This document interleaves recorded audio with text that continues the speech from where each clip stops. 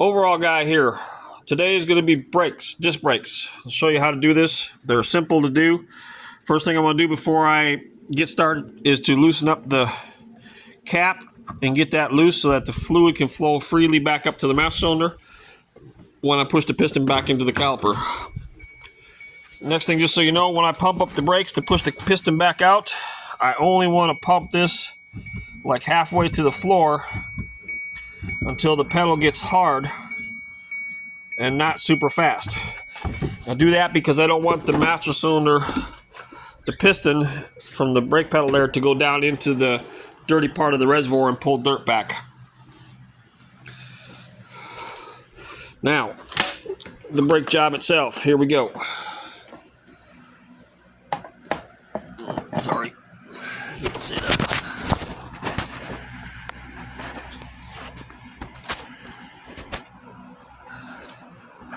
So when we're doing this,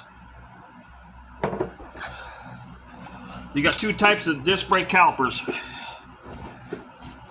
with or without the parking brake integrated into it.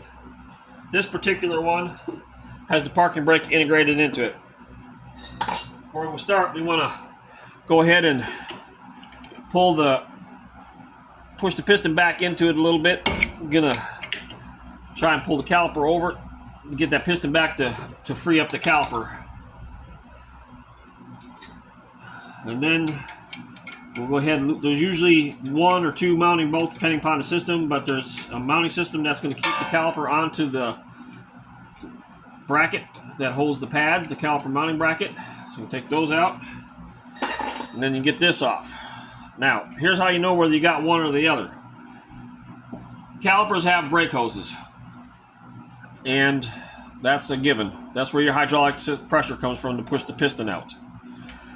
If you have this emergency brake cable integrated into the caliper, you have parking brake in the caliper, not in the side of the rotor or in the drum. These have to be twisted and pressed at the same time in order to get them to go back in there.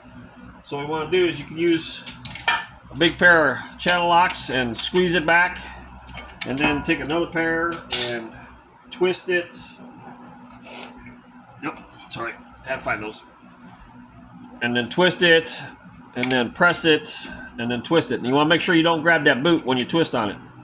The other thing you do is you can use a tool that is meant for pushing pistons and calipers back. It's got kind of like a dummy brake pad there. Put it in there, and then you turn this guy so get it down there. And then as I twist on this, it'll put the pressure on it, and I can use the channel locks to rotate the piston clockwise, most generally, to turn it back in there. Okay, there we are. So right, so now we're gonna, oh, come on, free up there, buddy. So we use this to press that back in there. So that's gonna push it, and it's actually turning it as it pushes it. I got lucky on that one there. I don't have to use the channel locks, but if you had to, you could use the channel locks to turn it. Just like I said, make sure you don't catch that boot and pinch it, because that's going to keep the dust and dirt out. And then you twist and twist, push, twist, push, and you just keep doing that till you get all the way to the bottom. Like I said, I got lucky here, and this one's actually twisting it as it pushes it just fast enough. And we're all the way to the bottom. We're good. Let's remove the caliper, piston pressure. Now, this has got notches in the piston right here.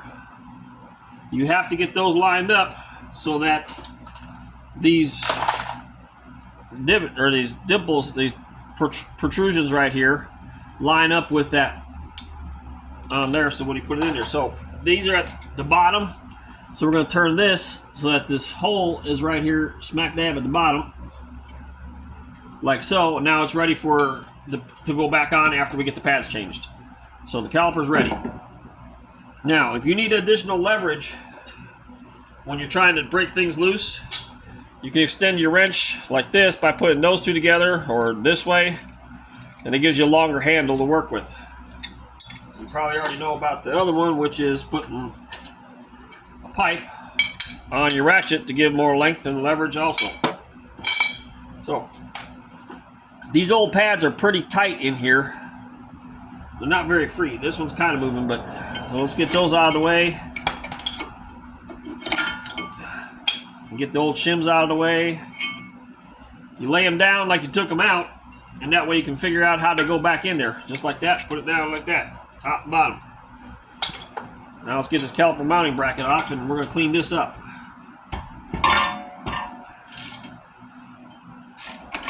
So, here we go.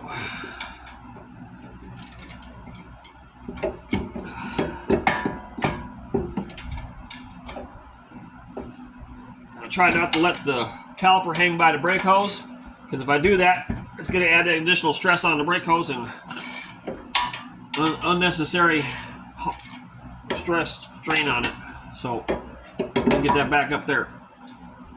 Now we're going to take this off so we can clean it up.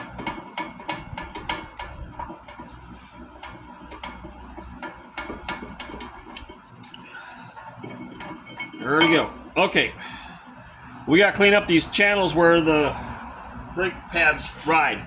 So I'm going to take a file and clean them up and get rid of any excess dirt buildup on there, because if that is building up on there, it's decreasing the distance between here and here for that pad, and it puts that pad in a bind.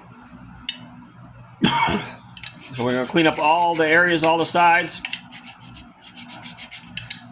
here and there, and then we're going to take the wire brush and we're going to brush it out. Get rid of all the dust, dirt. Do the other side again. All right, that take care of that. Now the other thing is, these guys here with the caliper mounts, they should be free. See how it bounces back? That one kind of bounces back, but not the greatest. We'll clean him up here in a minute, and I'll show you how to get that a little cleaner. The rotors. Sometimes they got screws in them that hold them in place. And I'm missing my bit. Yep. No, these are.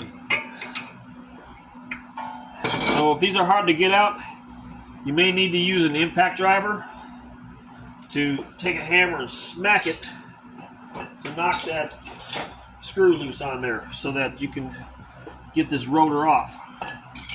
Sorry, looking for my bit, not finding it. Okay, we'll keep going here. Now,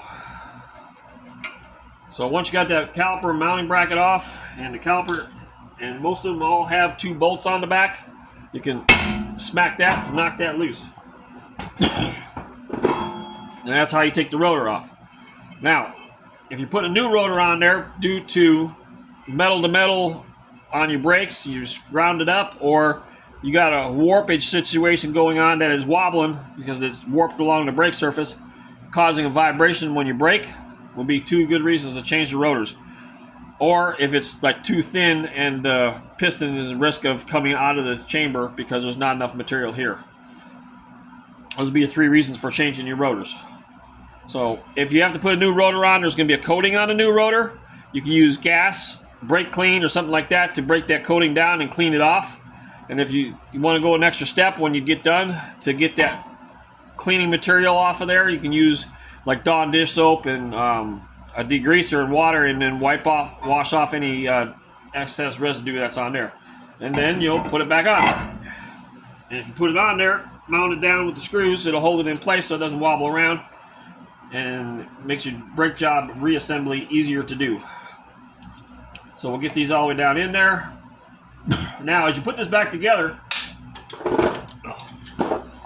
you want to kind of check as you go to make sure that you ain't got no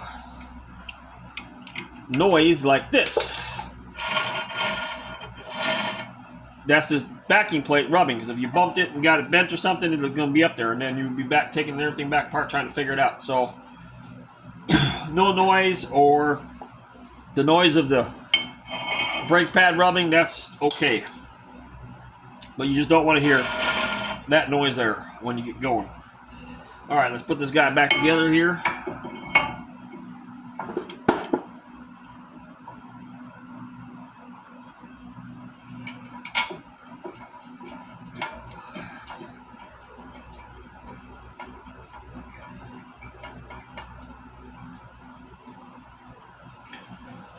And we're going to tighten them up. I'm going to get these good and tight because they're going to hold the caliper up there over the rotor.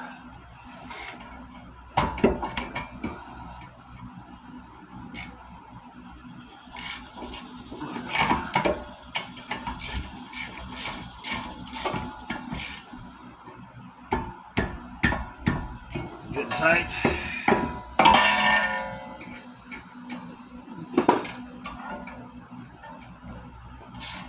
And again, I kind of doing this so you kind of see how long it actually takes to do all this. You realize it ain't that long or that hard to do. All right, so we got that. Now, these guys here, this one's good. It bounces back real nice. This one's not so free, but it's getting close.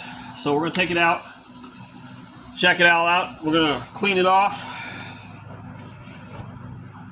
And then I'm going to use a screwdriver and try and go down in there and clean up down inside the cavity here where the plunger goes down in there, to try to get some of that old stuff out, old grease out of there,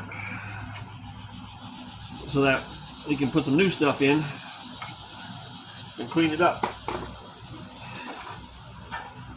Okay, we're going to lubricate this up with a suitable caliper lubricant.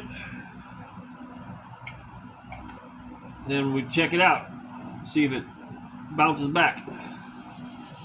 Now see it's popping back, bouncing back freely. That's good. Spin it around, make sure it's all good and free, happy.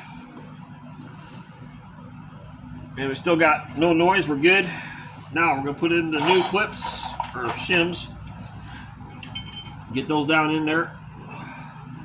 You got to watch and make sure that these little guys right here don't end up rubbing the rotor. What they do is going to make that crazy noise.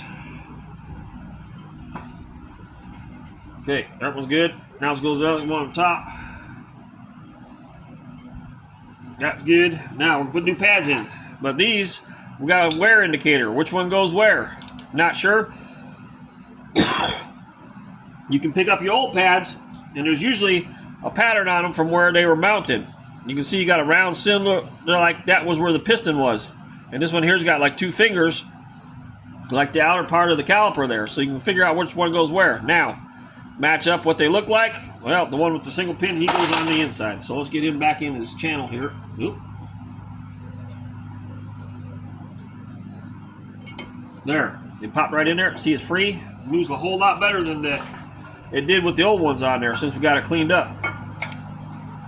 Again, if you don't get that to where that's free, that's going to cause premature brake wear, because they're going to stay engaged in contact with the rotor while you're just cruising down the road wearing out your pads. Okay, got that in there. Now we're going to put this back on. Got our slides all cleaned up. Get this mounted back in place.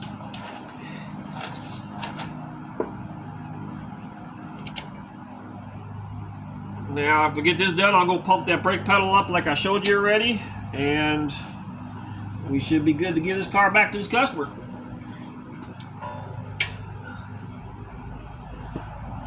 Yeah, that's brake noise. That's the brake pad. We're good. No brake dust shield rattling. All right, that's about the extent of it. If you or a friend of yours is any mechanically inclined at all, as you can see, this did not take very long to do. A difficult one. There are some that fight with you a little more, but you can get it done. And they charge way too much in my book for doing a simple job like that at the shops, but some people can't afford to do it on their own, so they have to pay somebody else to do it. Shouldn't say afford, but have the ability. So, there you go. Disc brakes. I had my wife do hers in her dress, and she did it. I handed her tools, but she did it. She didn't even get dirty. Pretty easy to do. You can do this. So, have a blessed day.